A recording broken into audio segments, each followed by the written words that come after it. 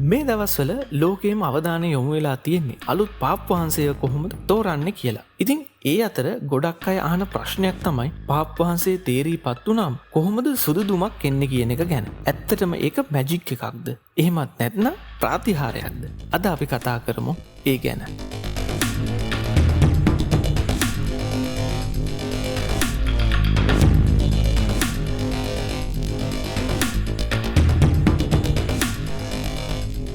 ශුදු පේදුරුතුමාගේ අනුප්‍රාප්තිකයා තෝරා ගැනීම සඳහා මෙවර කාදිනල්වරු 130කටත් වඩා වැඩි ප්‍රමාණයක් සහභාගී වන බව වතිකානය තැනටමත් ප්‍රකාශ කරලා තියෙනවා. ඉතින් මෙම ක්‍රියාවලිය ඉතාමත් රහසිගතව සිදු වුණත් මේ ප්‍රතිඵලය දැනගන්න රෝමය පුරා ලක්ෂ සංඛ්‍යාත ජනතාවක් අහසේ යම්කිසි සංඥාවක් බලාපොරොත්තුවෙන් රැඳී සිටිනවා. ඉතිහාසයේ දීර්ඝතම සම්මේලනය වසර 3කට ආසන්න කාලයක් තිබූ බව සඳහන් වෙනවා. නමුත් 2013 වසරේ තිබුණු සම්මේලනය ආරම්භ වී දිනකට පසුව ෆ්‍රැන්සිස් පාප් වහන්සේ තේරීපත් වෙනවා. ඉතින් මම මුලින් සඳහන් කරපු විදිහට මෙම ක්‍රියාවලිය ඉතා රහසිගතව බාහිර සමාජයෙන් වෙන් වී සිදු කරන දෙයක් නිසා ලෝකයට මෙම සම්මේලනයේ ප්‍රතිඵලය දැනුම් දීමට සිස්ටයින් දේවස්ථානයේ වහලේ ඇති චිමනියෙන් නිකුත් වන කළු හෝ සුදු දුම එම ඓතිහාසික තීරණය නියෝජනය කරනවා.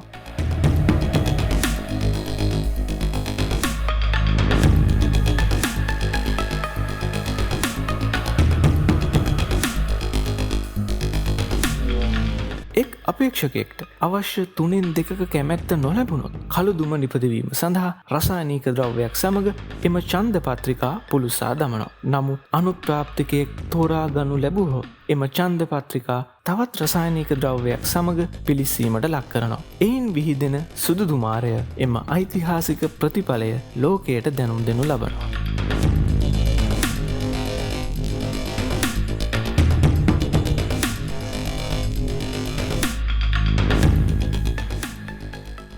මෙම පත්‍රිකා පුළුස්සා දමන්නත් හේතුවක් තියෙනවා. ඉන් ප්‍රධානම කාරණය තමයි මෙම ක්‍රියාවලිය ඉතා රහසිගත නිසා එම පත්‍රිකා තවත් පාර්ශවයක් අතට යෑම වැළැක්වීම සඳහා.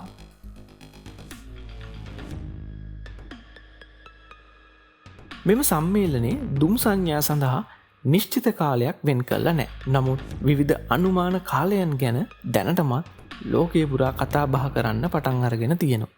මේ මාස 7 වෙනි දින මෙම සම්මේලනයේ පළමු දවස වන අතර එහිදී එක් ඡන්ද විමසීමක් පමණක් සිදුවනු ඇතැයි වතිකානය මාධ්‍යයට වාර්තා කර තියෙනවා. ඒ අනුව රෝම වේලාවෙන් සවස 7ට හෝ 8ට සුදු හෝ කළු දුමක් ඔබට මට දකින්න ලැබේවි.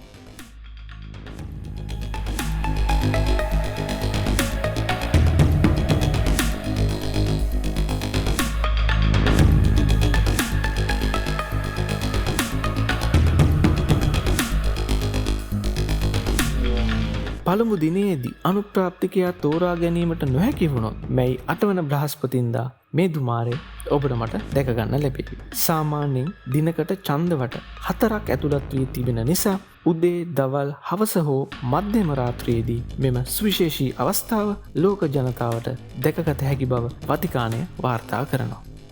ඉතින් මම විශ්වාස කරනවා පාප් සම්මේලනයේ විශේෂ අවස්ථාවක් වන මෙම කළු හෝ සුදු සංඥාව ගැන ඔයාට පැහැදිලි අවබෝධයක් ලැබෙන්නේ නැති කියලා. ඉතින් මේ වගේ තවත් විශේෂ දේවල් ගැන අපි ඉස්සරහට කතා කරමු. ඒ වගේම මේ සංඥාව ගැන ඔයා තවත් කරුණු දන්නවා නම් අපේ කමෙන්ට් සෙක්ෂන් එකේ පළ කරන්න. ඒක තවත් කෙනෙක්ට බොහොම වැදගත් වෙයි. ඉතින් මේ වගේ තවත් බොහොම වැදගත් වුණු කාරණා එක්ක අපි ඉස්සරහටත් හම්බෙමු, කතා කරමු. එහෙනම් හැම කෙනෙක්ටම ජේසු පීඨයි.